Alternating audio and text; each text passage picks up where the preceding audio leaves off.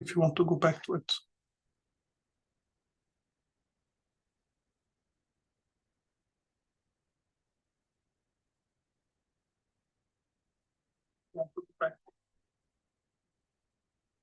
So I will share the link here also. And yes. So pipelining is very useful, and it's a good habit. In fact, if you can follow it, it will be really very, very, very useful.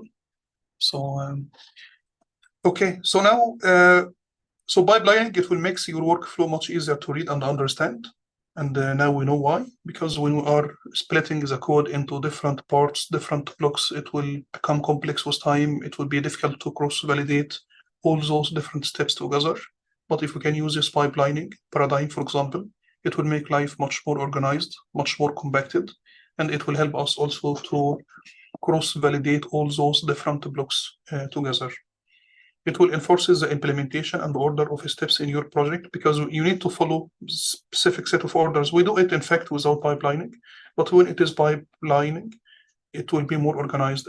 You have to do it like this, right? You need to start by transform. I need to transform my data from its raw format into a different format, which is more useful for my problem, for example, and fit and predict, which we usually use in sklearn and Keras, for example.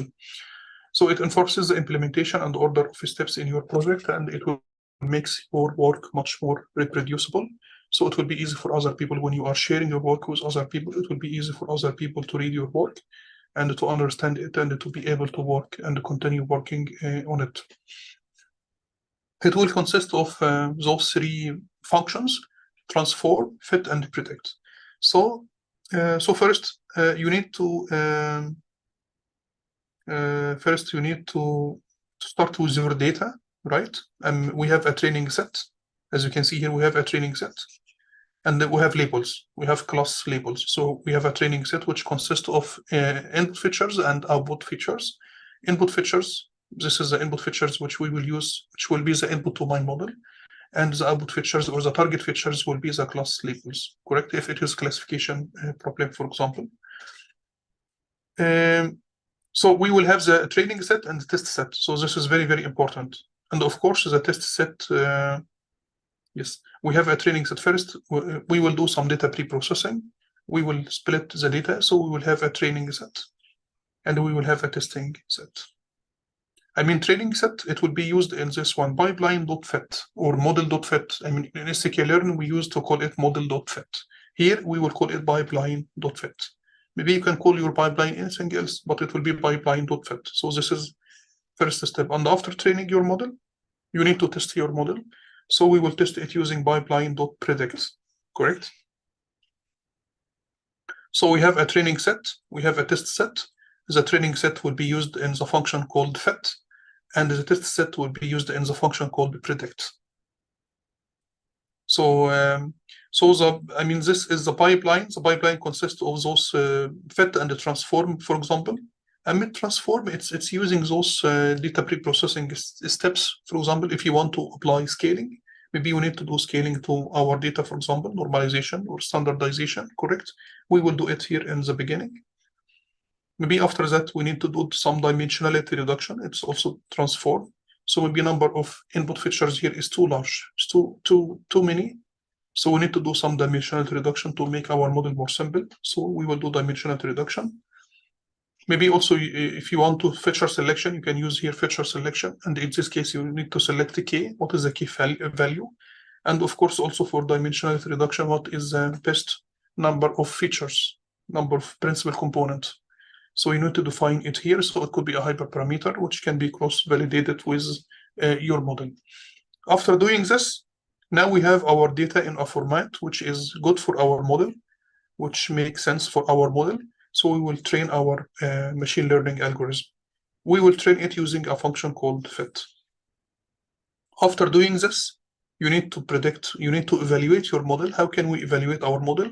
We need to evaluate our model using a pipeline.predict. So we will apply fit for training our model, and after that we will apply predict to test our model. And in the testing, we will use a test set. if you use the holdout validation, for example. So we will use this test set for predict. And of course, you will predict the class labels. We need to check those class labels, predicted class labels with the actual the test set class labels, and evaluate your the performance of your model. So it's just we need to put everything together into one block to make life more organized. That is it.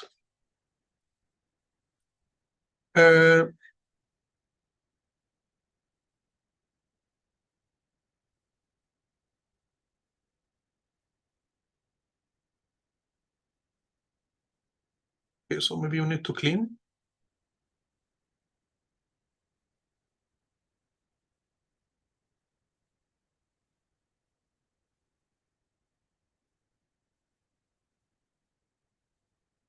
So now we need to start with an example. So also we will use Iris. I guess you remember Iris dataset. So we need to build a pipeline, use this pipelining for building a model which will classify Iris dataset. And of course, Iris dataset, we will try to use scaling, and we will try to use principal component analysis. So we will try to build a pipeline which consists of a number of steps, and we need to cross-validate all those steps inside our pipeline. So so first, how can we clean our? Okay. Okay. So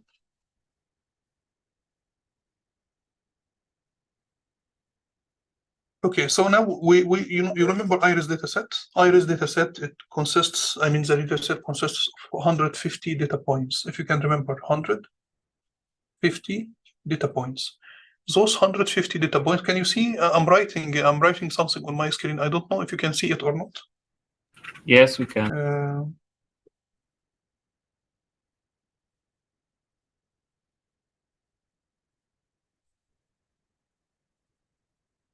I think you cannot see my. Can you see that I'm writing on my screen? I'm using my pen. No, we're not seeing you writing. We see that you have cleared the board now. Okay. Actually, I think I have seen that you like that you draw a line there, the red line. Okay, now it works.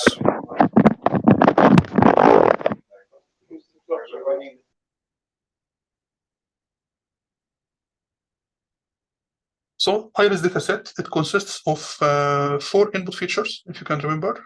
So we have here, I will call it X1, X2, X3, and X4, and we have here the target features. The target features, we have 3 classes, and it will be like labeled by 0, 1, and 2. So its number of classes are zeros, and number are 1, and number are 2, for example. So it will be like this one.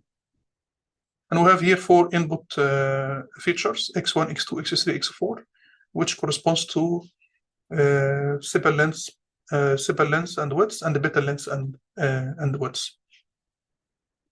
This one, it's 50 data points. This one, it's 50 data points from class 1 and 50 data points from class 2, which means we have 150 data points.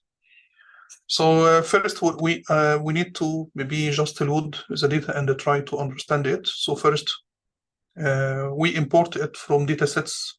We will import datasets from sklearn if we need to get Iris. We will use this function matplotlib for plotting. We will use a model, linear model, because this, I mean, we don't need to use very complex, but we will use a perceptron, for example. And if you want to use a perceptron, we need to import it from sklearn.linear model. And also we will use SGD classifier, which is a neural network. SGD classifier, it's feed-forward neural network. This one, feed-forward neural network. We need to use principal component analysis, as you can see here. We will use principal component analysis. We can import it from sklearn.decomposition. We need to do some scaling, right? If you want to do some scaling, we need to import min-max scalar and the standard scalar, min-max scalar to normalize, and the standard scalar. When we use a standard scalar, we will standardize our data so it has a mean value of 0 and standard deviation of 1. And we need to import those two functions from sklearn.preprocessing. So we do this all time. I mean, with pipelining or without, we do this all time. First, we need to load our data set, iris data set. We will load it. So from datasets.load iris, we have iris. And iris, it consists of two parts: the input features, which are stored in iris.data, and the target features or labels, class labels, which are stored in iris.target. I want to plot it here in two-dimensional space, so I will just do scatter plot of x0 and x1, which means it's the first column and the second column. So I will plot only the first column, x1 and x2, in this graph against the three classes, or I will plot the three classes against those. So we will use a scatter plot. C equal y, y is the labels, right? So in this case, you can see here in this graph, we have this iris data set in two-dimensional space. X0 corresponds to sepal length, and x1 corresponds to sepal width. So it will be like this one. We have three classes, as you can see it here. If you want to plot it in three-dimensional space, it will be fine. But I just try to plot it in two-dimensional space to make it easy. So now I mean, before training any models, of course, we should do we need to apply standard scalar, minimax scalar, for example. So we need to do it here in that part first. And after that, we will split. So we need to do this data pre-processing before splitting the data, right? But anyway, I didn't do that here. So we will split the data using a train test split. So I will use train test split, which means we will use hold out cross validation. So it will be hold out validation, cross validation. Hold out validation, in fact, hold out validation. So we will use this function, train test split. We need to import it from sklearn.model selections. And the function is very simple. This is train test split. The input to this function will be the whole x and the whole y. Random state equals 0 or equal 42, for example. I mean, we need to define this one because this function, it will shuffle the data. So if you want to reproduce the same x train, the same x test, the same y train, the same y test, you need to use this random state equal 1 or equal any number. So you can reproduce the same sets in each container, in each x train, x test, y train, and y test.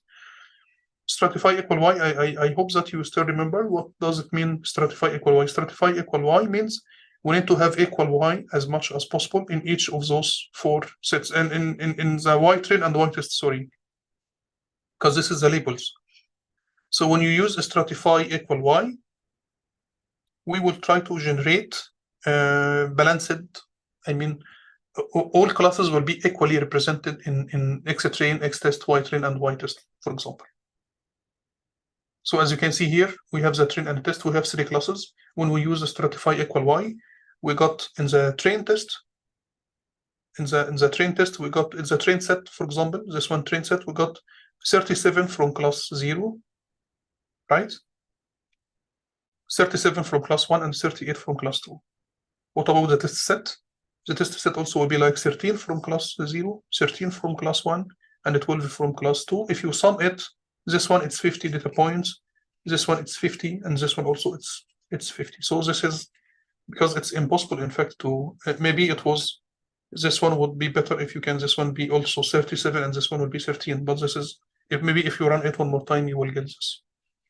But when we use a stratify equal y, we are sure that the three classes, because here we have three classes, the three classes are equally represented in the train set and the test set. So for class 0 and 1, we have 37, 37, 37 or 38, 13, 13, 13, for example. So in this case, all classes are equally represented. So, and in this case, we can say that our data is balanced, right? Because the three classes are equally represented. So after doing this, if you want to get those numbers, you just need to use this np.bin count of y train, bin count y test. Right? Bin count y train, bin count y test. It will give you number of classes in each, because we will divide this one into 3, we will divide this one into into 2, right? So we need to see how many classes, how many classes, how many examples from class 0, class 1, class 2 are in YTest, how many classes in YTrain, for example. So we need to be sure that this one, in fact, it's YTrain and YTest, right? So the input to this function, I mean, when stratify equal y, we will try to have balanced representation of the different classes which we have in YTrain and YTest. So in this case, when we build a model, this model will be fair as much as possible. Otherwise, it might be biased against one of the classes. So imagine that in the train test, for example, we have, less number of class 0 represented. Imagine that this number is 30, for example, right? So what will happen? So in fact, the model will have less chances to work with class 0. And in the test set, maybe it will be difficult for the model to recognize class 0 because it didn't see many examples of class 0, right? So it will underestimate class 0. It will be biased against the class 0. So if you want to use dimensionality reduction, we need to use principal component analysis for dimensionality reduction. So as you can see here, also we need to use a function called the PCA. We need to define a number of components, n components. N components equal 4 because we have 4 features, right? So here, in fact, when you define n components equal 4, I need to get the 4 principal components. You can select 2, in fact, no problem, but this number should not exceed the number of input features which you have, because in our data sets we have 4. We have x1, we have x2, we have x3, we have x4. So we just selected number of components, n components equal 4, because I need to see what is the contribution from x1, what or is the contribution from first principal component, second principal component, third, and the fourth. Because in fact, in principal component, number of principal components will equal to number of input features. So in our data sets, we have 4 input features. And when we use principal component analysis, we will get 4 principal components, right? So I need to see the contribution of each individual principal components and also the accumulated impact, the accumulated knowledge, which we will gain if I will use 2, 3, and 4 principal components. Of course, if you will use 4 principal components, it does not make any sense, because also you will have 4 input features to your model. But of course, also the principal components are much better, in fact, representation of my data. So even if you will use the same number of principal components, if the number of principal components will equal to number of input features, you will also get some benefits, because the principal components are good representation of your data, because statistically, in fact, it's much better. So first, I need to define PCA equal my principal component analysis, which we imported from decomposition, decomposition. And I need to fit my PCA with X, only with X, right? So I need to clean. Yes. So as you can see here, PCA.fit X of X. X is an input features, right? We don't have any labels, and therefore, in fact, principal component analysis, they call it unsupervised learning and supervised approach.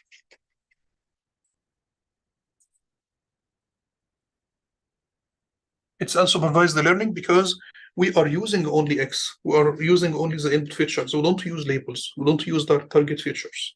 So we will train it using X. And after doing this, we need to explain the variance. We need to see what is the explained variance. If you want to see the explained variance ratio, for example, it's how much variance each principal component will be able to explain, right? And this number is very important, because this explained variance, it will help us to select the most powerful principal components. We will get those numbers, and we can sort it from high to low, for example. And based on this, we can select maybe the first 2 principal components because they are very powerful, and they contain lots of information about my data. So we need to get this explained variance ratio. If you want it in percentage, you need to multiply it by 100, right? So it will be percentage. And as you can see here, in this table is the explained variance. When we are printing it, you will get this. So the principal component will explain 92.4% or 92.5% of your data. So it has lots of information. It's very rich and very powerful. So the first principal component is very, very powerful because it has around 92.5% of the variance. So in fact, you can build your model using only X1. And if you selected only X1, in this case, we will lose around 7.5% of our knowledge, because I can select only X1, and in this case, X1, or the first principal component, it will explains 92.5% of my variance in the data. And in this case, it carries lots of information, but also if you selected it only, what will happen? Your model will be very simple. It will has only one input. And in this case, your model will extremely be very, very simple, right? And you will lose some information. You will lose, if you will use only this one, we will lose 7.5% of the knowledge. So it's a trade. It's a trade-off between complexity and how much knowledge, how much variance you want to understand, or how much how much variance you want to keep. So if I will use only one principal component, it means we will keep like 92.5% of the information using this single principal component, but at the same time also we will lose some information, which is around 7.5%. What about the second principal component? For the second principal component, it will explain only 5.3%, right? 5.3%. So, and this is the second principal component. It will explain 5.3%. If we add this one to this one, so I can use only X1 and X2, and in this case, it will explain. How can we add it? So it will explain around. Can you add it, please? So it will be 97.7%, right? So in fact, it will be this choice. It will be very, very good. So if I will use the first two principal components, we will be able to keep 97.8% of the knowledge or variance in my data, and we will lose only very little. In fact, we will lose around 2.3%, which is okay, right?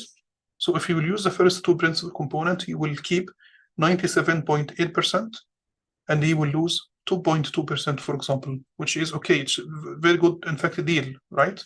So in this case, instead of using 4 inputs, instead of feeding 4 inputs to my model, I can just use X1 and X2. The first principal component, sorry, don't mix between X1 and X2, X3.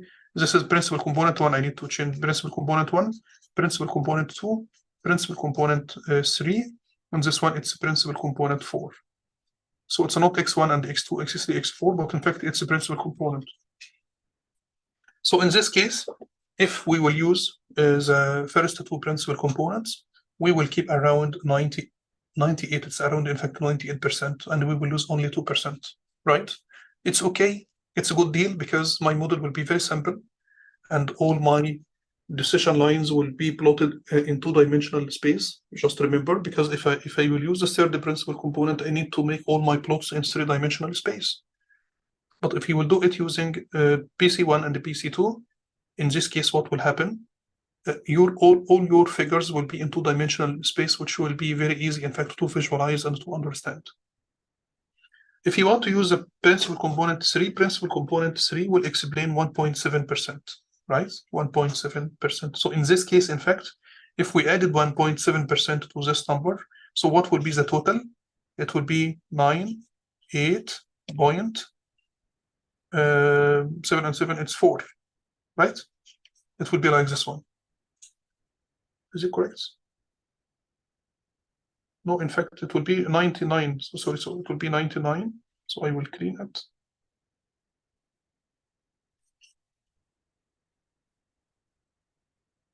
So this one will be 99.4%. Can you see? So if we will use the first 3 principal components, we will keep 99.4% of our data, our knowledge, and we will lose only around 0.5% or 0.6%. It's nothing. Correct? So this also choice is very good. But if we will select this choice, my model will, we need to use 3 inputs to our model. Right? 3 inputs. So in this case, if you want to plot the decision line, it will be in 3-dimensional space. If you don't want to lose any information, in fact, just use also the add to them principal component number 4. And the principal component number 4, as you can see here, it adds, or it explains, in fact, 0.5%, only 0.5%. And if you added this one to this one, what will happen? In fact, you will keep 100% of your knowledge. So if we added this number to this number, to this number, to this number, what will happen? We will be able to explain 100% of your variance, right? But what will happen now? Nothing, because my model will have 4 inputs. So to visualize my decision line, it will be very complex. I cannot plot it in 4-dimensional space, and I need to split my figure into a number of figures. So for example, I will plot maybe one figure against x1, x2, and x3. The second will be x1, x2, x4, bx1, x4, x3, and x4. So it will be many figures, in fact. So if you want to plot your decision line against all different combinations of x1, x2, x3, and x4, it will be very complex. So the idea here, in fact, when we are using a principal component analysis, we need to see the explained variance by each principal component. So we will have this explained variance for each feature or for each principal component. If you want to get the total variance, it will be, you need to take sum of it. So you will have 4 values because we have 4 inputs. And the 4 inputs, they will generate 4 principal components. So the explained variance here, it will be 4 values, right? One for each input feature or for each principal component. And if you want to see the cumulative sum or the summation, for example, you can just add total variance. You need to sum those explained variance. You need to take sum, multiply it by 100, so it will be 100%. This number. Also, we have something called the cumulative sum. You can use this function from np.cumulative sum, principal component explained variance multiplied by 100. So it will generate the added, if you want to add it. So it will start by this number, 92%. So this is the 92%, which is explained by principal component 1. And after that, when we add the second principal component, that part, we will add that part to that part. So it will be that part, which is close to 100%. If you need to add the third, so the third will be also this number. The fourth, it will be this number, which is 100%. This one is 100%, right? So this one, it's 92%, 92.5%. This one will be, as we got it, 97.77%. And this one, it will be 99.48%. It will be like this one. Correct? This one, it's 8. Yes. And this one, it's 100%. So this is the cumulative variance. So you can generate this graph, in fact, and from this graph, you will select how many principal components you want to use. When you look into it, you will look into that number and that number. You can say, okay, this is okay. I'm happy. I'm very happy with 97.77%. I'm very happy with 99.48%, and I will not use the fourth principal component because it does not make any significant change to my knowledge. Because I mean, from 99.48 to 100%, it's nothing. So in this case, I will select only the first, second, and the third, and I will ignore the fourth. Maybe some of you will say, no, I want to have all my figures in 2-dimensional space. So in this case, I will use only the first and the second principal components. Please, if you have any questions, just ask me, please. Yes, Patrick, do you have any questions?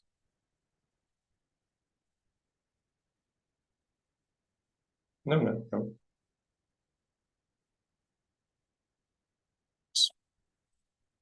So,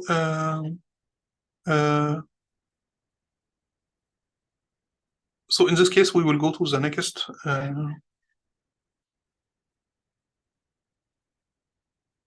Yes. So now we need to plot our classes against the principal component. If you want to plot it also, it will give you impression about, I mean, the most significant one, right? So I will start with this figure here. We have this figure, iris dataset against petal length and the petal widths, sepal length and sepal widths.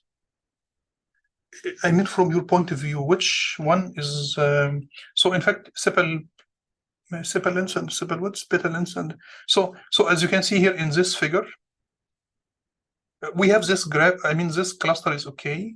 So if I will train my model using sepal length and sepal widths, this one will be okay. But those two classes are very complex. They are too much overlapped. Correct? You see? It's very difficult. I will not be able to get good accuracy, right?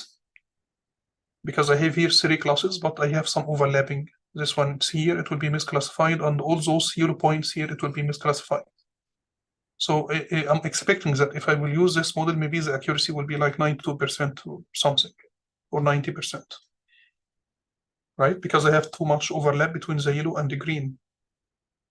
And if I will use petal length and the petal width and the petal length, what will happen? This one is okay, very fine. And also, as you can see here also, I can have one cluster like this one, and the other cluster will be like this one. So I guess it will be much better. So the performance here, it will be much better compared to this one.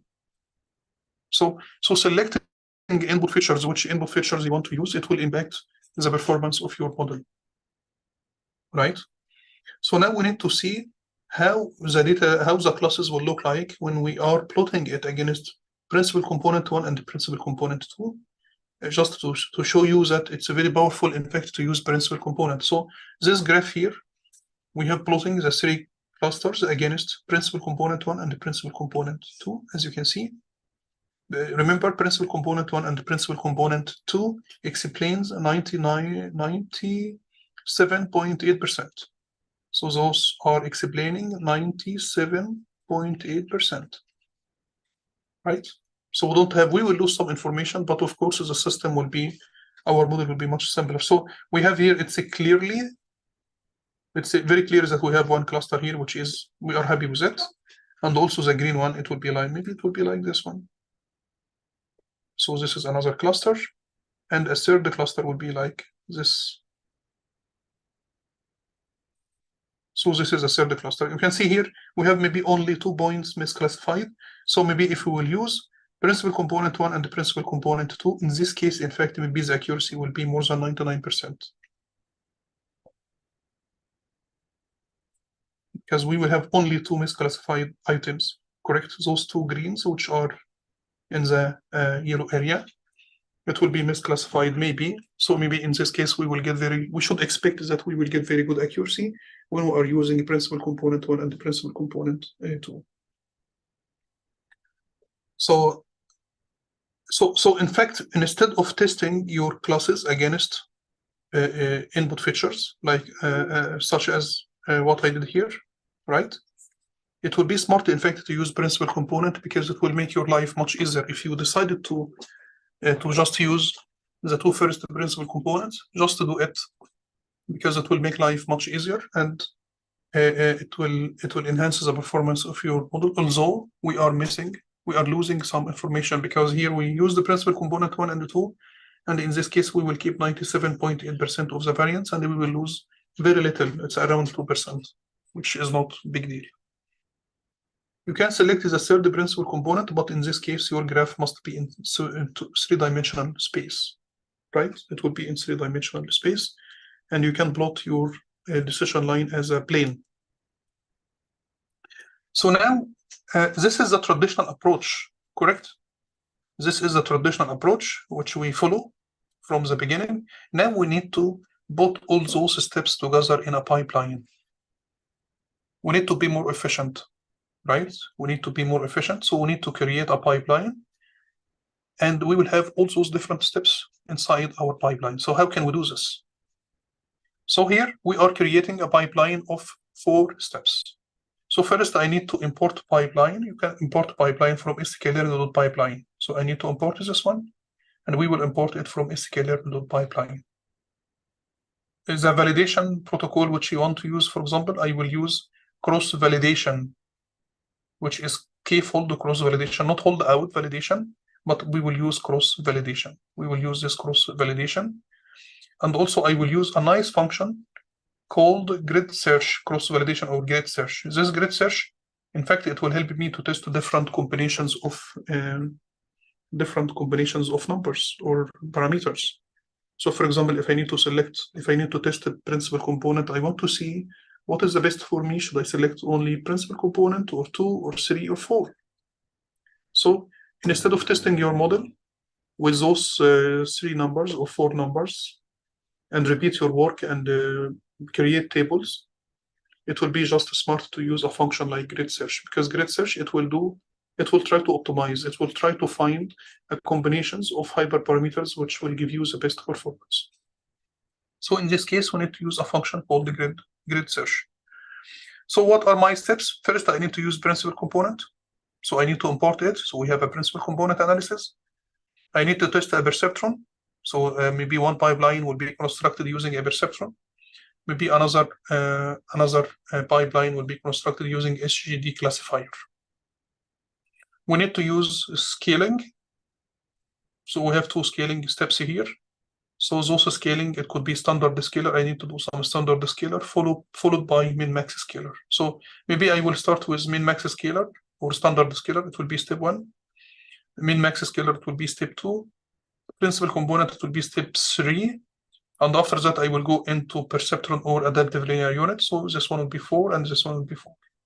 So in this case, I need to build 2 pipelines because I need to test 2 models. And if you need to test 2 models, you just need to copy the pipeline. You don't need to copy the whole code one more time, but you just need to copy your pipeline, give it a different name, and change is the model. Instead of using a perceptron, you need to use adaptive linear unit. Or in fact, in reality, you can also use the 2 models in the same pipeline, and the grid search will test both of them. It will test this one and it will test the other one, and it will tell you which one is better. Should I use perceptron or adaptive linear unit? So here in this example, I will create 2 pipelines, pipeline 1 and pipeline 2, right? And in pipeline 1, I will use a perceptron. You see here, I used a model. My model will be a perceptron. Correct? And remember that we are doing this transform fit, predict. So first, I need to do the transform, which means we will change the data from its raw format into a different format. So I can start with min-max scaling. So first the first step, those are the steps. This is pipeline 1 equal pipeline, and we need to define the steps. So the steps, the first step will be min-max scalar, followed by standard scalar, followed by principal component analysis, followed by my model. So those are the 4 steps. So if you want to repeat this one for a perceptron, for a SGD classifier, you just need to copy it, give it a different name. It will be pipe 2, for example. So it will be the same in max scalar, standard scalar, principal component analysis, and I just need to replace a perceptron with adaptive linear unit. So now I'm just repeating it with a different model, because maybe I need to make a comparison between 2 models. Which one is better? Should I use a perceptron or should I use adaptive linear unit? If you want to display a step, you just write pipe 1 dot step 0, for example. So because pipeline 1, in fact, it consists of 4 steps. So if you want to display any step, you just need to write this pipe 1 dot steps, and between square brackets, you need to write 0. So it will be step 0 or step 1, right? Step 0, it will be this one. Step 1, it will be the standard scalar. Step 2, it will be principal component. Step 3, it will be a perceptron. You can do the same also for pipe 2. In this step 0, there are some parameters which you want to change, right? If you want to change the feature range or something, you can change it, in fact. If you want to set as a perceptron initial learning rates, for example, we have this step here, this one is steps 3. If I want to change the learning rate of my perceptron, how can we do this? So we need to write pipe one dot set parameters percept 2 underscores and eta 0 equal 0.5. So now we are changing the initial learning rate to 0.5, for example. Right? And if you just write pipe one, it will give you all details. So pipeline, memory equal none, steps, those are my steps, minimum, min, max, the first step. And the second step will be standard scalar. So we have this min, max, standard scalar, principal component. Those are the parameters of the principal component. So for example, in the PCA, we will select a number of components equal 3, for example. So I will train my model using 3 principal components. For the perceptron, we have this, for example, eta learning rate, if you want to change it. Maximum number of iterations, max iteration, if you want to change it. Validation fraction, if you want to validate, because if you want to change this one, because we're splitting the data into test and training and testing. And if you want to change the validation fraction, you can change it from here. Shuffle equal true, whatever. So in fact, you have all information about your pipeline, but it's very compacted because we have all those steps defined inside one line, which is your pipeline. After doing this, we did this transform. So we are starting with transform, and the transform means what? Transform means we converting the data from its raw format into a different format, which is more useful for our training process. And the transform, it will be followed by fit, right? So if you want to fit a pipeline for example, 3 principal component and 0.2 initial learning rate. So in this case, I need to change this number, right? So first set parameters. If you want to change the number of principal components, so you will use this function set parameters between those brackets, PCA, 2 underscores, and you write the n components. So n components equal 3, comma, percept, 2 underscores, eta, this is the initial learning rate, 0.2, for example, if you want to change it. If you want to print out those information during the training process, so in this case, it will be pipe1 dot verbose equal true, if you want to get those numbers. And after that, we will train the model using xtrain and ytrain, because we use the splitting, we split the data into one part for training and one part for testing. So we will use the training part xtrain and ytrain for fitting my pipeline. So it will be pipe1 dot fit. We usually do this for all models. After that, you will print out the training score and the testing score. Training score, it will be pipe1 dot score. The input to this function will be xtrain ytrain. If you want to get the testing score, so you need to use xtest and ytest. So it will be predict, right? So these steps will be predict. It will be pipe1 dot predict. So we have fit and predict, correct? This one, fit and predict. So when we did that, in fact, we got training score equal 83% or 83.9%, and the testing score was 81.6%, right? If you want to get the, because if it is classification problem, we need to get the confusion matrix, for example.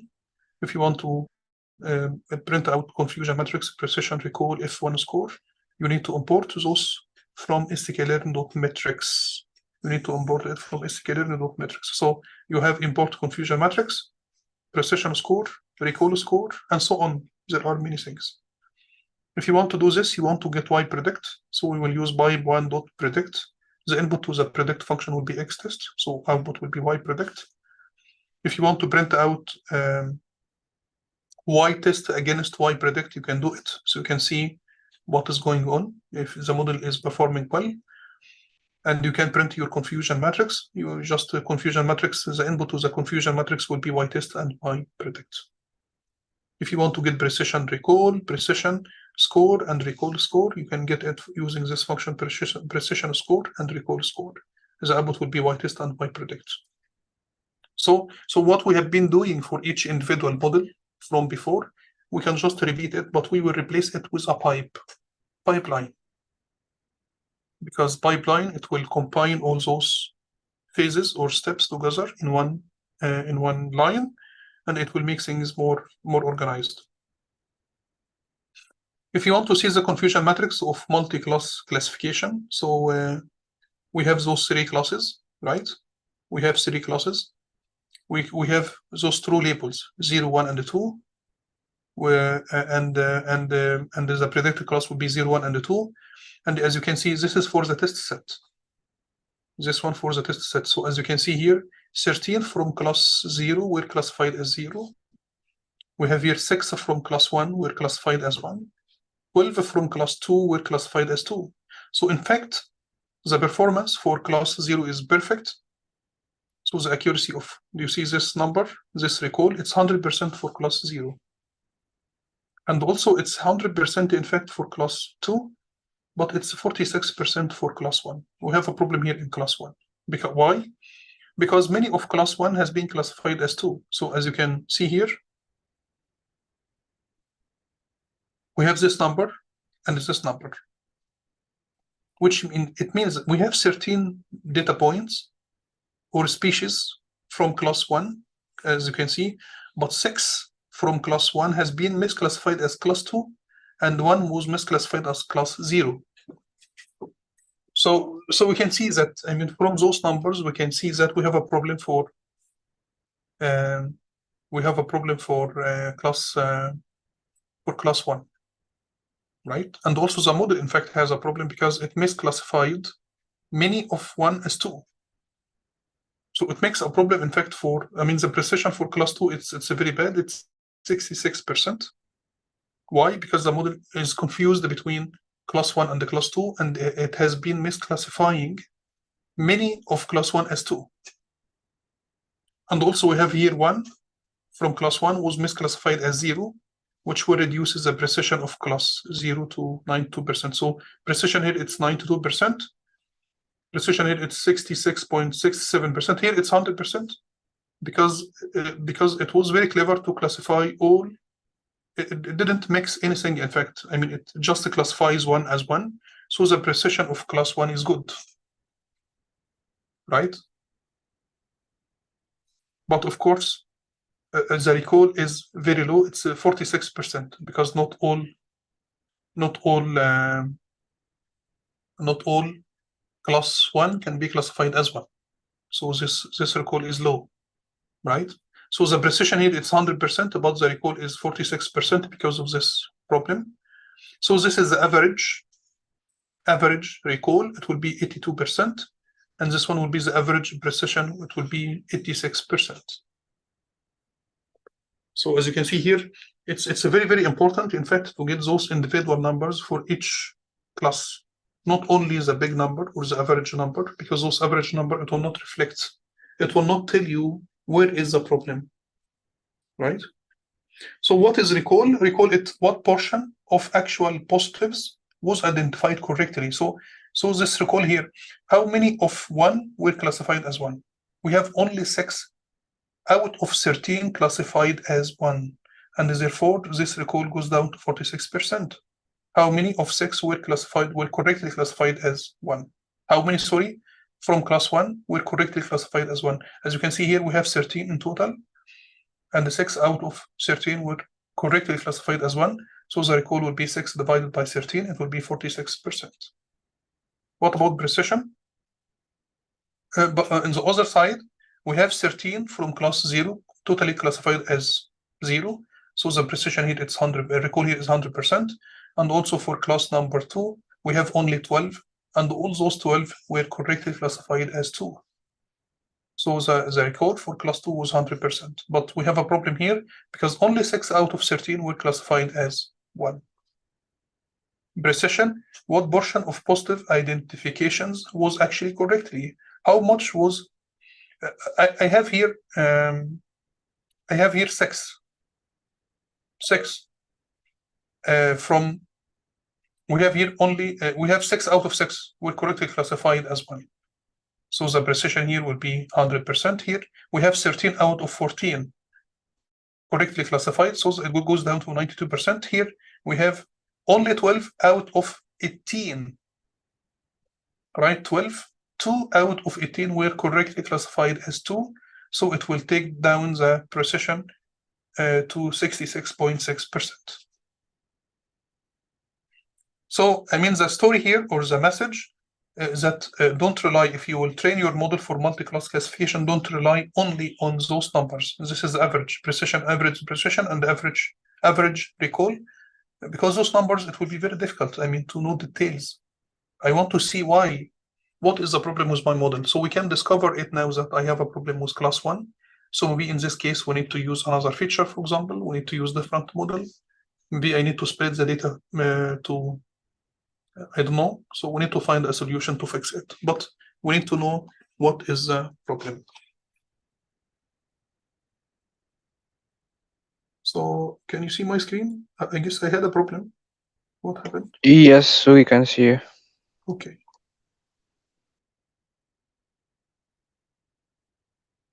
And I have a question. So Why now is we there will like go to the second slide. So what excuse me? we have been doing this for pipe 1. We need to do it for pipe 2.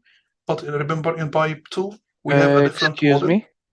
And the model in pipe 2 is SGD classifier, right? So we will do the same, just exactly the same. You see, life is much, much easier. So if you want to replace a model with another model and train the system, the whole package, the whole system, it will be much easier if you can use pipeline. So we need to fit pipe 2. So also we can see some steps in pipe 2, set parameters. We need to change the adaptive linear unit as the initial learning rate into, I need to change the learning rate into 0.5, for example. I will train my model, I will fit my model using XTrain and YTrain. We will get train score, testing score, confusion matrix, precision, recall, and so on. So we will get the same number. So we can see here that the training score, the accuracy for the training set was 95%. For the test, it was 100%. This is the confusion matrix, which is much better than the other model, right? So all 13s were classified as 0. All 13s were classified as 1. All 12 were classified as 2, which means precision recall equal 100% and recall score equal 100%. So it's definitely clear that SGD classifier is much, much better than a perceptron for classifying this problem. If you want to use grid search, as I told you, grid search, it's a very, very smart approach for optimizing your hyperparameters. So we use this grid search to optimize your hyperparameters. You can do this exhaustive search over specified parameter values for an estimator. I mean, you can just make some small changes in your model. For example, if you have three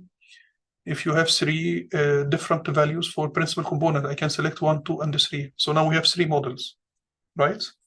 We have 3 models. If you will use k-fold cross validations, Excuse me? k equal 5. If you have 16 candidate models here, I need first to see why it's 16. It's 16 because, in fact, I'm selecting my principal component. It could be 1 or 2 or 3 or 4. And the initial learning rate, it could be 0.2, 0.5, 0.8, 0.1. It could be 1. So 4 options for a number of principal components and 4 initial learning rates. So 4 times 4, it would be 16. So now I need to have different combinations, or I mean, if I need to train this model, maybe I will select any component equal 1 with this one. So this is 1. 1 with 0.5, 1 with 0.8, 1 with 1. Next, I will go to number 2, 2 with 0.2, 2 with 0.5. So in total, I will have 16 candidate models, right? And now you have 16 models, and if you want to use, for example, k-fold cross validation with k equal 5, it means I need to run this model 5 times. So you need to train 80 models, in fact, 80 models. So it will be very complex and it's time consuming, right? So it's much better to just try to use grid search, and the grid search, it will try to optimize and it will try to find the best combinations which will enhance the performance of your model. So you need to use a dictionary, this parameter grid equal dict. You need to define the PCA 2_ in the component. So I need to select between 1, 2, 3, and 4. Percep 2_ eta 0, which is the initial learning rate. And I need to select this number between 4 values, 0.2, 0.5, 0.81.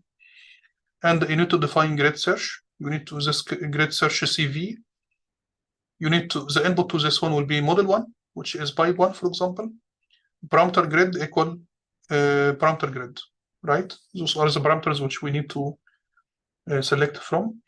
Cross validation equal 5. Cross validation equal 5, which means the key equal 5. The score which you want to test against, it could be accuracy. So I want to find a combination of parameters which will give me the highest accuracy. Verbose equal any number, which means you need to see the output from the training. After that, you will train this model. You need to print best parameters, cross validation score. So the best performance, cross validation score. You need to print the grid search to best score. What will be the best score, right? What will be the best score? So when we did that here, we got the best parameters for CV score equal 91%. So cross validation score, the best cross validation score will be 91.8%. And you will get this one for 3 principal components and for initial learning rate equal 0.2. Now it's, do you feel it? If we need to check those 16 models using a cross validation, it will take huge amount of time, right? But now we can just put it in this use grid search and define parameters which we want to choose from, for example, and we will use cross validation, which is much way stronger than using a holdout validation. And you got at the end this cross validation score equal 91.8% or 91%, and you will get this one for 3 principal components and initial learning rate equal 0.2. Now it's much easier, right? So I will just do a prediction. Y predict, it will be grid search.predict, right? For X input will be X test, and I will print it down. So the Y test against Y predict, and as you can see, this is okay, this is fine, this is fine. Now we have here a problem, correct? But this part is okay. This part is okay. Oh, no, we have a problem here also, one problem. That part is okay. We have a problem here, this 1 and 0, 1 and 2, it's another problem. This one is okay. This one is fine too. Oh, we have a problem here, right? So this one is okay, this one is a problem. This one is fine, 1, 2. We have a problem here, and this one is okay. So 1, 2, 3, 4, 5, 6, maybe 7 examples misclassified, right? Therefore, the cross validation score here, it's 91%. It's so I guess we finished that part. So I guess we can, but before taking a break, I will share this link with you, so you can look into this code. We will look into it after the break. So you have the link for the code, please try to play with it, and we will meet after a break. We can meet at 11, for example. So we have 20 minutes or 19 minutes. So just relax, stretch your legs, and try to go to this code and let us. So as you can see here, it's on my screen. I will. It's difficult to.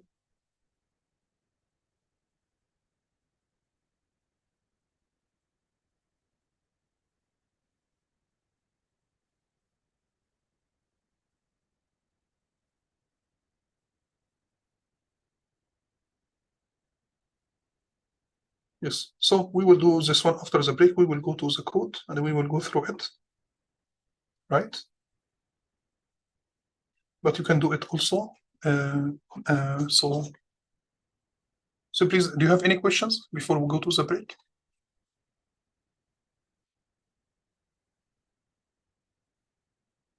Yeah, any questions?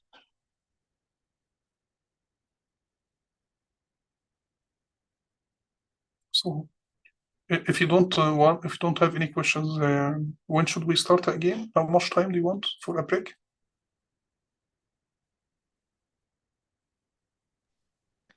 Maybe in 17 Hello, minutes. guys. Can you hear me?